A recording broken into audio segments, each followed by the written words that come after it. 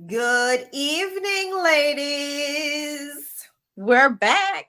We are back. It is Yes, we are back. episode 19 of Real Chill Conversations going down right now with your girl Brenna B. Dominique, Edwina is in the building. Natalie will be joining us in just a few moments, but we have so much to talk about, so much to catch up on. And first of all, we just want to just say hi to everybody. We know it's been a minute. Um, and shout out to the Facebook page. It seems like it's growing and flourishing. So we thank y'all for the love and support over there as well. If you are part of the Real Chill Conversations group on Facebook, then you should be able to watch this video directly from that page. You guys should also make sure that you have subscribed to our YouTube channel because our videos will go there as well. And tonight we're talking about survival, being in survival mode. And there's so many things, so many topics that fall under this category in the state that we're in right now. So, without further ado, We going through it. we going through it. I mean, it's what are we in? Almost year 3 of being in a pandemic. So we had coronavirus, had everything shut down, and it was the Delta variant, then it was Omicron, and then all this other stuff. So between health things and political things and kids going back to school, virtually, not virtually, masking, no masking, there's just been a lot of confusion. And we're in the grocery stores now, and things are starting to look a little empty, like we're on the verge of a war, which we may, in fact, may be coming based on some of the posts and the news articles that we've been seeing. Gas prices have skyrocketed and have jumped up to ridiculous amounts. And it's a lot going on. It's a lot happening. A lot happening. Dominique, what you want to start with? Well, let's start with you, Brenda. Okay. You got the floor. I got the floor. Yes. So I will let you. Welcome back. Thank you. Thank you so much. I will let you all know that I have gone through a significant health emergency. There were a couple times that I was in the hospital and there was different things that was going on, and I was traveling back and forth to Mayo Clinic and for this, that, and the third, and all these different things, tests and whatnot. At one point, I had talked about having to have a PICC line placed in my arm, and that was to provide supplements and keep my system going so that I wasn't having to constantly go to the hospital. So, unfortunately, that PICC line wound up getting infected, and it created a bloodborne bacteria in my body, and that bloodborne bacteria is called sepsis. So I went into sepsis, got a sepsis infection. They removed the PICC line, put me on antibiotics, and then things just kind of nosedived down. It took a downward spiral, and it happened really, really, really, really quickly. So from sepsis, it went into severe sepsis, and then I was in septic shock, which was total organ failure, needing to be on life support, a ventilator, the machines, the whole bit. I'm unconscious, not aware of anything that's going on. And I'm here today. Thank God. I'm here today. So I appreciate Thank God. I appreciate everybody that called on their prayer warriors and did their prayer circles and put their thoughts out. Everyone that reached out to family members and friends, like, trying to get updates. And I know it was hard to kind of get some information, but it's just because every day was so touch and go. And 1 minute things would look like they were on the bright side picking up, and then the next something would be tanking, and they'd be talking about, okay, well, what do you want us to do if she stops breathing or if her heart stops or whatever. So so I had a pretty extensive recovery. I had to relearn how to walk and balance and stand without the help of a walker or being in a wheelchair. And my memory was a bit fuzzy. It was hard for me to recall certain events. I wasn't unaware. I wasn't aware of why I was in the hospital. My mom had to keep telling me over and over again, and then I was confused. I was like, well, why is she here? Not even remembering that I had gotten on a flight to go to Virginia with my kids to spend Thanksgiving with her. And it was during that visit that I wound up getting hospitalized. The day after Thanksgiving, I went into the hospital, was admitted in, and then that Saturday I was intubated, tubed, sedated, and out in ICU. But I'm here. And it was a torturous time for my family, especially the ones that don't live close by, because they weren't hands-on and able to be the hands-on support. But my husband was hands-on with my mom, so they were a team and leaned on each other and were there to ask questions and really advocate for my care to make sure that I got the best possible result from this. There's no real numbers in terms of positive outcomes with people that have this septic shock. And my mom has lost several people, including her mom and her longtime partner, to this. So it was devastating for her, for me to have also developed septic shock, and then to, see it through on the other side. So I'm still recovering. I'm still working on it. The outside is looking a lot better. I've got some follow-ups to see how the inside is doing, but I feel better and better every day. And I'm just so happy to be back together with you all and resuming our Real Chill Conversations podcast. So that is my story of survival. And those of you that were wondering, where was I and how come I was quiet on social media? I had messages and like, we don't see your posts. And it's like, I was unconscious. So my mom had my phone. I'm sorry I couldn't get back to you, but there was a good reason. But I'm here. I am here. I definitely knew that something was wrong when you were not calling me. I was like, what is going on? Something is not right. So I just kept calling you, kept texting you. I was just so worried. We were all worried, to make sure that you were okay. And now that you mentioned that, Brenna, do you think you can bring a little bit of awareness of the septic shock so people can be aware? Yeah, absolutely.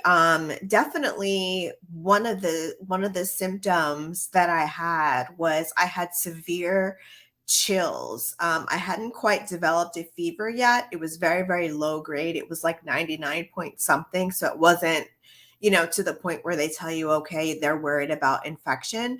But I had severe chills, like teeth chattering, chills and shakes.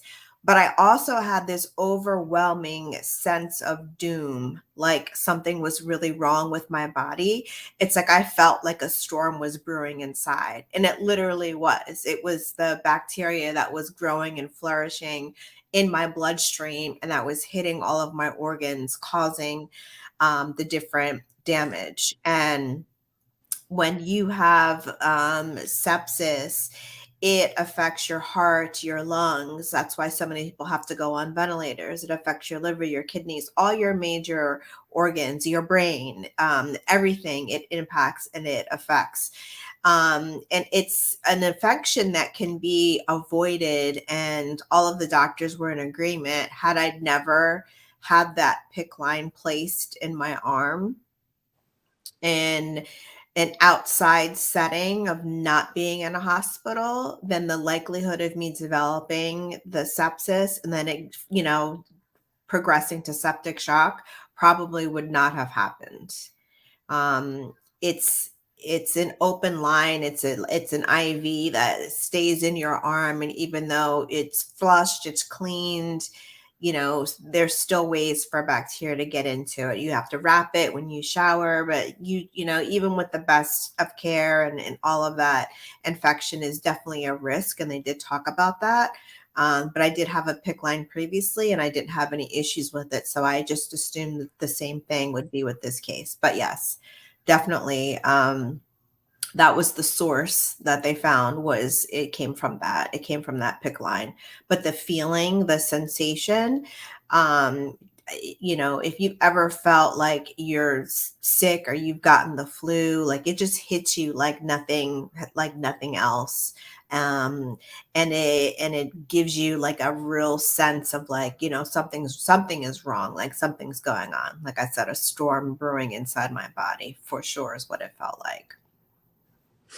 Wow. That was a very bad situation there that you were able to overcome. So I'm so glad that you're back with us and I'm glad that you're here. Yeah. Yes, Brenda, we are glad that you're back with us. Definitely. I am too. I've got still work that has to be done. And they say that, the recovery time can be a couple of months. It can take all the way up to a year. I know sometimes I still have some issues with my balance and I might walk a little off a little bit. But I still am doing my physical therapy exercises and everything else. Got my follow-up appointment scheduled with the doctors and the kidney doctor and all of that. So we'll see how everything's going from there.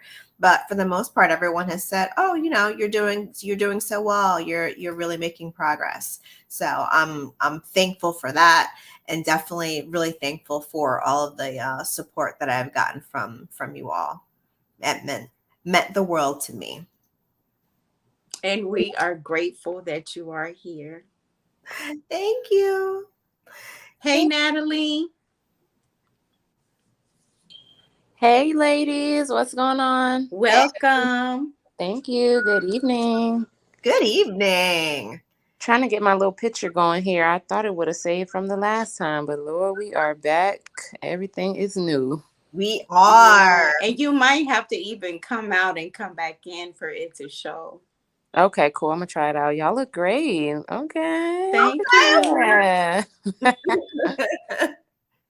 So what we talking about tonight? Where we at with it? So we are talking about survival, and Dominique gave me the floor, so I just went into my whole situation, having sepsis and being in septic shock, what that that experience was, and just kind of what pointed to it, where it came from, and all of that, and just expressing my gratitude and gratefulness for the prayers and the thoughts and the support that you all provided, to me during that time, even when I wasn't able to respond back to messages and phone calls. So that's where we had just finished talking about. But we are talking about survival and so much going on in this world, Natalie. So we on the verge of the Game of Thrones battle. We got gas prices going through the roof. We have direct challenges. I knew you was going to throw that in there. We have direct challenges and demands being thrown out. We've got a sanction list that just keeps getting longer. And the grocery store is starting to look a little empty. So I don't know what's going on. And there's a new coronavirus variant. It's now called the Deltacron. So it's a combination between the Delta strain and the Omicron. And Lord, we just need to fix it. Jesus needs to take the wheel. It's too much. It's just too much. It's too much. It's too much. Now, I read, Dominique, and correct me if I'm wrong, I read that Biden has decided to send more aid to the Ukraine. Is that correct? That's correct. But President Z, yes, he was speaking about how he wanted a no-fly zone. And my thing with that is WW3. Yeah. I mean, it's going to literally be impossible to be in that type of situation, and that is calling upon actions of war. And I mean, it's very, very, very, very confusing. At one point, I think you and I were trying to rebuild the history of what's going on between Russia and Ukraine. What kicked this off in the first place? Why are they so angry? It's a lot of things going around, them mentioning about that whole Russia thing. I don't think it was something that is just like passive. I think it's something very deep that, caused them to go to that extent. But it's still sad for the people in Ukraine, because, you don't want people to get hurt and have to suffer, especially through this difficult time that they're going through right now. Right. Right. And a lot of companies are pulling out. McDonald's was pulling out. Different chains, different even helpful organizations. There was an orphanage in the Ukraine that abandoned their services. There were hospitals that were impacted and affected. So I mean, it's a pretty significant deal. And there's a lot of people that I guess are talking about the time in which Ukraine, I guess, separated itself from Russia, I guess sometime in the late 70s or 80s, something like that. But Russia is not playing around. I don't think they are. Not playing around. We have tweets going on talking about Game of Thrones, and Elon Musk is challenging. I don't know what the whole tweet was exactly about. But I just want to say this. Now is not the time to be playing. I'm just saying. I think most people are playing around with the situation because it's our administrative. People don't, I feel like some people don't take Biden seriously. Um, I know people have their issues between Trump and Biden, President Biden, but I felt like when Trump was in office, they had more, well, uh, what is it? What's his name? Putin had more respect for Trump than he does with Biden. So a lot of people they think it's a game, and it's not a game. It's serious. Like, look what's going on. There's kids over there that's dying. People are losing their homes, their businesses. People are not thinking about that in the midst of everything, while people playing a joke, thinking it's funny. It's really serious, and it's affecting us too. Our food, our gas prices has went up because of what's going over there overseas. So I we got to think tell about you, Plan I'm B. going through something with this gas because I use premium. So I'm like $6 in already. Woo, Lord. Yeah, Yeah, it's I'm it's going through high. I it think over it's here. California. It's like $7, if I'm not mistaken. California is high. Even here where we're at, I it's almost think like $5. $14. Oh, they must have raised it up even more. The last I checked, it was around $7.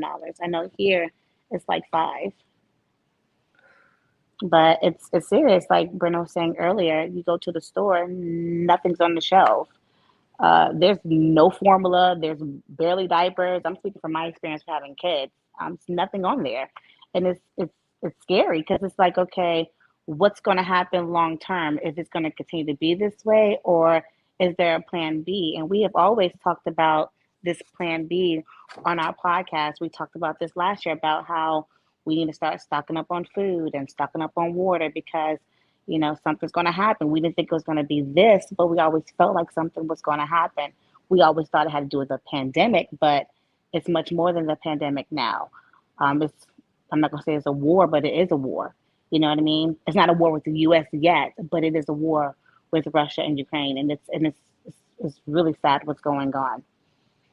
You're right, Edwina. And remember when I did the video about going into the grocery stores and there were like the food shortage. not only food shortage, inflation. Like, what is this gonna look And like? that was last year, and none of this was going on.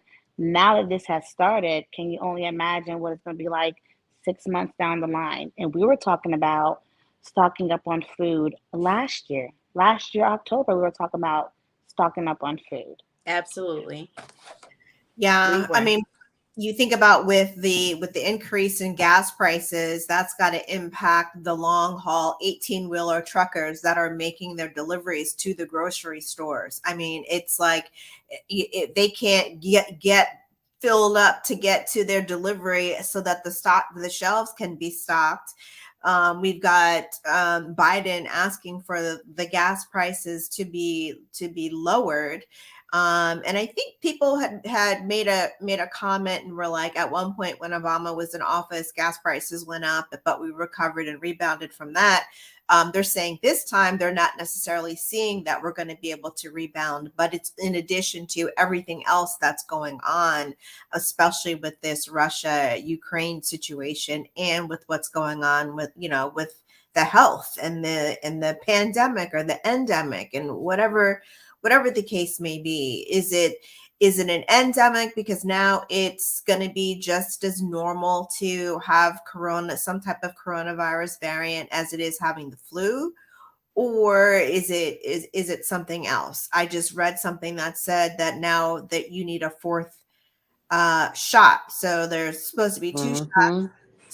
6 months apart, then your booster 6 months after that, and now they're adding another shot. So Pfizer and the rest of them, I don't know what's happening with that, but for them to be increasing the dosages of what we need for this vaccine is just telling you that this is something that we still don't know what we're dealing with.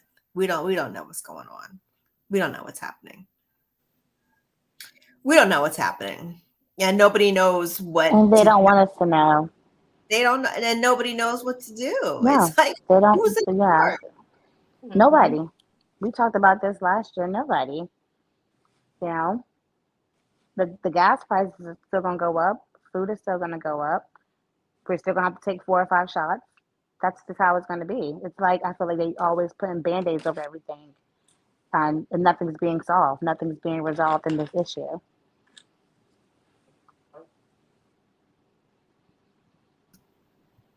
Yeah, I had researched several things, just looking into the shots and the vaccinations and all of that, and I did get vaccinated, but I wound up at the end of septic shock. I wound up getting testing positive for COVID. So I believe I had the Omicron variant because I had the scratchy throat symptom and the terrible headache. But it was like I was in the hospital and they were like, "Oh yeah, and by the way, you can't have any visitors because you tested positive for COVID." And I was like, "What?" But I'm vaccinated. So it's like, what was the whole point of getting vaccinated? And the doctor was like, the point is to keep you off of a ventilator. And it's like, well, I just came off a ventilator because I was in septic shock. So they're like, yeah, hopefully you won't have to go back on one. And I didn't. I did not have to go back on a ventilator. I just had a really difficult time breathing. It was painful. It was tight. They had to give me medications to help loosen up my chest. But it was absolutely crazy. And I literally was like, well, what WTF did I just go through getting those vaccines for if I just turned around and still got COVID? They're like, oh, it's to keep you from dying, and it's to keep you from being in the hospital on a ventilator. So I don't think I'm gonna be getting the booster, and I don't think I'm gonna be getting the fourth shot. I'm out. I think there's gonna be more vaccines from A through Z. So just Right. get ready. Get ready. I can't. I cannot. I cannot. So one of the other things that we brought up in our group was talking about surviving toxic relationships, toxic work environments, and just toxic situations. And we were going through some like tips and kind of how to get through it and get past it. And Something that was very beneficial that I read was, really understanding that the only thing that you have control over is your reaction and your response to a certain situation. So you cannot control somebody else's actions, behaviors, thoughts, but you have the ability and the responsibility to maintain control and the self-discipline for yourself to handle the situation appropriately. And if that means that you have to walk away, then you have to walk away. But we're not engaging in no toxic energy. We're not exchanging no toxic energy. That is not what we're doing in 2022. And I'm glad you brought that up, because there were many times in my life where I could not control my emotions. So it was very difficult for me to be able to do that. Like, I had a reaction for almost everything. And I had to challenge myself, because I had to take my life back. If I don't, and I don't control myself, then I'm really not serving myself justice.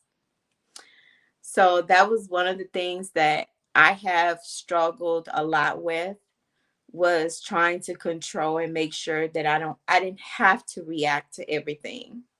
If it was negative, um, if it was an argument, whatever the case might have been, that it didn't serve me any good. I had to learn that. It's a tough lesson. It's a challenging lesson, but it does, once you get your way through it and find yourself on the other side of it, you realize that you have a strength, and an even deepened faith, and a confidence in yourself that you can handle a situation no matter what it is, and that you don't have to give a situation the energy that it's drawing from you, because your knee-jerk reaction is to react. When something happens, immediately we want to respond, we want to react to it, we want to talk about it, we want to say this, we want to say that, when sometimes you need to just pause, take a second, realize the situation for what it is, and then do an inventory of, is this worthy of my energy? Is it deserving of my energy? Is it going to change? Is it going to be beneficial in any type of way? And if you can't answer yes to any of those situations, then I mean, you got to let that wave pass over. You got to let that go.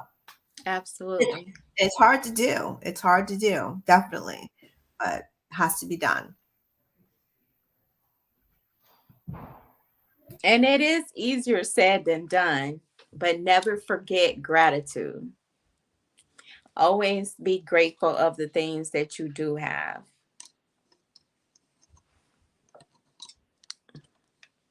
I have to fix my camera, y'all. I don't want it to fall. That is so true, Dominic. Always be grateful and thankful for everything that you do have. Did Natalie fall off? I think so. You're on mute, Brenna.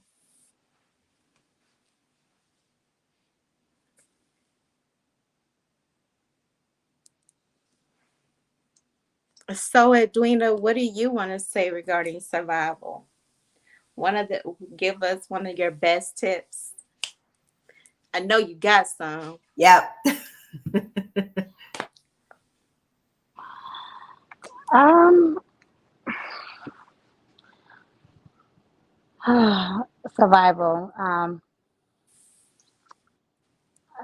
would say when it comes to survival, patience. Um, for me, it's patience and understanding when you're going through something, because when you're going through something, you feel like you can't get out of it. So you have to have patience for it, and then you have to have understanding why you're going through a certain situation in your life. Because if you don't, it's going to overwhelm you, and then it's going to frustrate you, and then, sorry guys, you're not going to think with your right mind.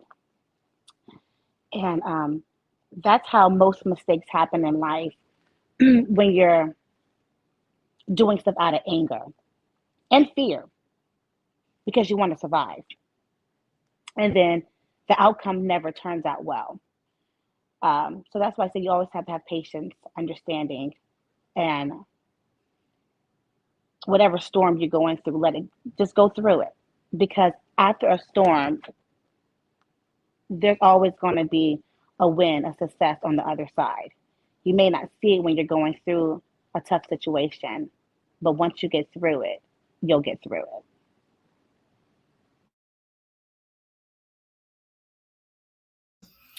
I think survival mode is it's something that we all find ourselves falling into when there's fear. Whenever fear is present, you just kick into survival mode. It's like going into autopilot, and you tend to fall back into your regular habits or your regular routines of how you handle things. And sometimes it is having that knee-jerk reaction. But when you get to a place where you understand that fear is present, and you learn how to take on that fear and not let it have a grip around you, then you're able to manage your situation and get through, and ultimately be in survival mode. And that applies to most anything in which you're in a situation that you need to survive. But that's the hard part, Brenda, is getting to that place where you can trust yourself, where you're in a situation where you're feeling fearful. That's like if you're swimming and you know you're about to drown. A fear takes over your body, and your body is naturally going to react to it. That's just how we are as humans. Our bodies just react naturally to a fearful situation. We just have to get to that mindset, and we always talk about our mindset, how we have to set it, where we can get there, where we won't feel fearful, where we trust ourselves and trust our body and know, okay, I might be drowning, but if I move my arms and move my legs, I can survive. You see what I mean? We have to get to that place in life where I may be going through a situation, but if I trust the process, I know I will get there on the other side. Absolutely. Very well said. Very well said.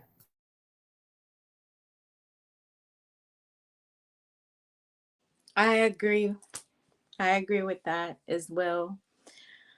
Um, also, I just want to say, also, it would be a great thing to remember about the people who love you and care for you.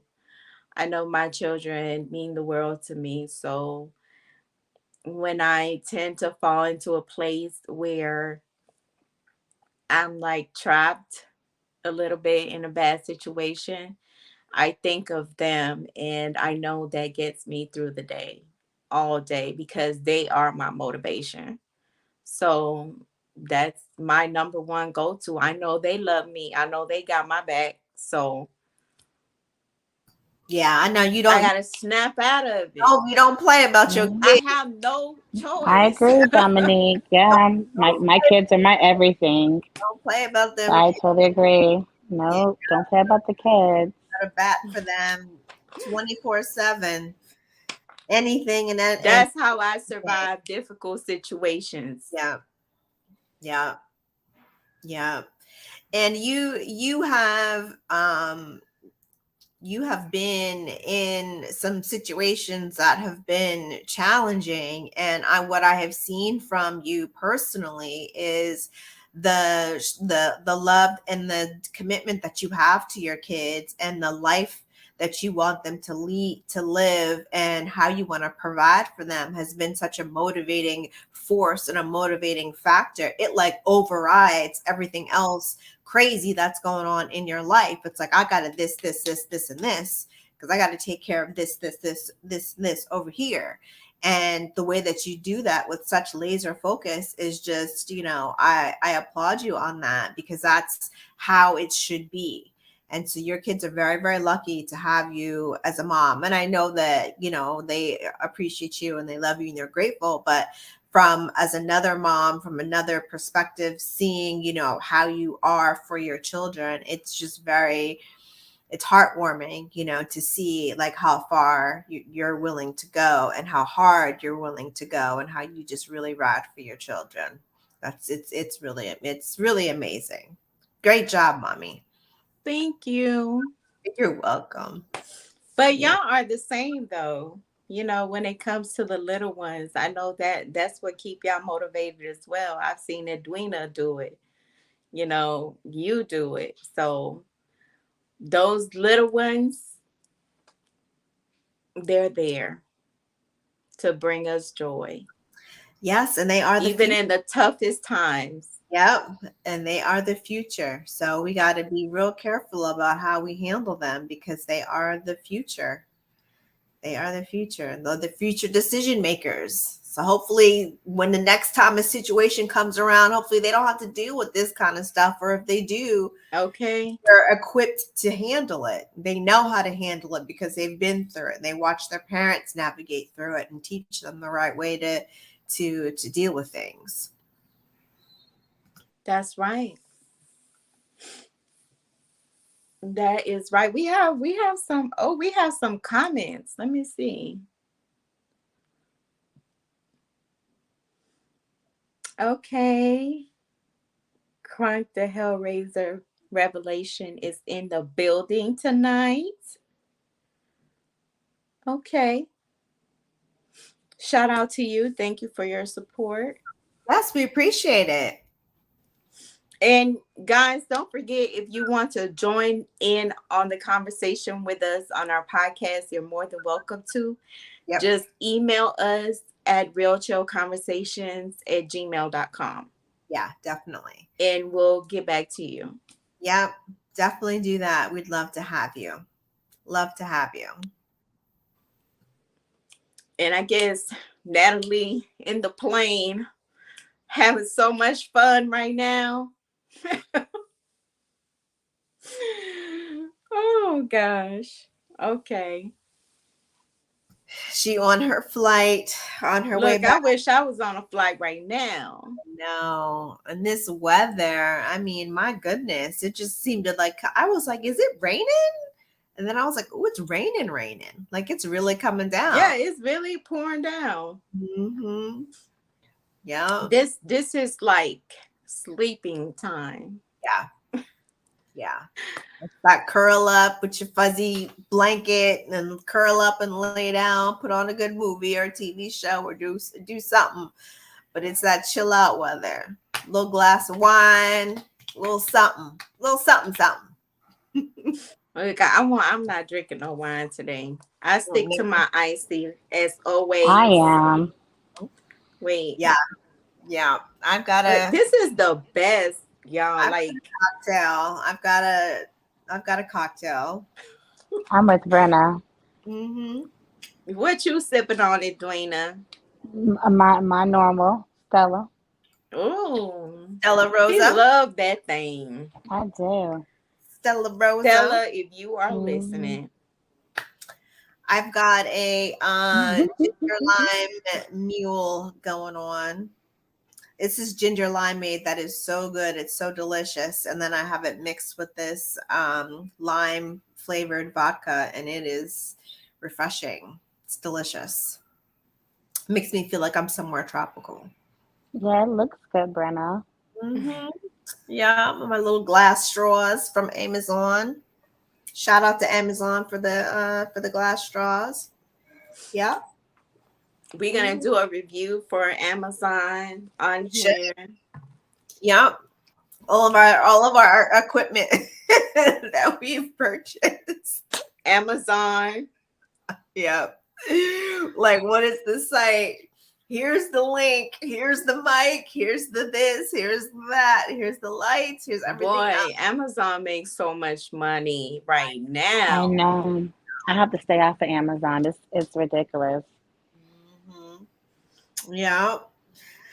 Well, is there anything else that's on anybody's mind as far as survival tips? Any other topics we want to bring up? Anything else in the news? I mean, We got Kim Kardashian is surviving her split from Kanye by being declared legally single. Wow. So I guess that's a legal win for her. I didn't know that there was such a thing, but yeah, there is. So she's legally single. So how does that work? I guess if you're getting a divorce and you're legally single. Well, the courts grant you the permission to date even though you're Oh, not divorced. So okay. it is such a thing. It's a great thing when you're going through a divorce. Oh, You know, 'cause and you it's don't want to feel like, yeah, considered. it sort of gives you like that freedom, to step out and, because you're not really supposed to um, date when you're still legally married, but Ah, the courts give you that permission to do it. okay. Yeah, Okay. take advantage of it. All Well, I don't want right. you to get divorced, Brenda, but it is a great thing for people that are going through a divorce. Like, well, all Look, right. we're not even gonna talk about Kim K and her saying that people need to get off there and get a And job. effing work. I mean, really, Miss, right. why they asked her that question? Well, whatever. That's a whole nother topic for a whole nother day. Yeah, I remember you text me. You're like, "Why'd I ask her that question?" Like, oh, I don't know. Like, this is somebody who didn't have to struggle. Like, I don't know. All right, you ladies. I'm so happy that we're back. By the way, I just want to put that out there. I'm so Yeah. excited. I'm happy. I wanted to get back to this, what I love to do. Yeah. And I'm glad that I have my ladies with me. So Yes. Yes. Yes, it's great to be back. It's great to be back. I'm glad that we had our girls' night out. We got to add that, keep that in the rotation. Next time, like we said, we'll do like a dinner, and then maybe go to a chill little lounge afterwards. Or I'm we can down. hit up Yeah, your we're going to have to go to a dinner because I spent most of my money like I was paying a mortgage. I said, I looked at my receipt. I was like, what was I doing? Drinks after drinks after drinks, bottles after bottles. We I had forgot. fun, Look, Edwina. We man. had fun. life Of is course. short. Life is Yeah. short. With almost $1,000 bill, we have fun. Girl, I was like, Jesus, what was I thinking? We did have fun, though. We Look, did I have woke fun. up the I next admit. morning like we just balled out. Like, Yeah, we did ball out. I was like, what was I thinking? But we did have fun, but we did ball out. We balled two out. Laughing because I told Dominique, I was like, I'm gonna cash out you some money, send you some money. I said I know Man. the first bill was like 3 something at the first spot, but then Man, I know. We're not even including the food. no, it was Look, more we than we 3. we handed our card off like we the Kardashians. exactly. And she was like, girl, we done spent like $1,000. I was like, what? Did she just say we were the Kardashians?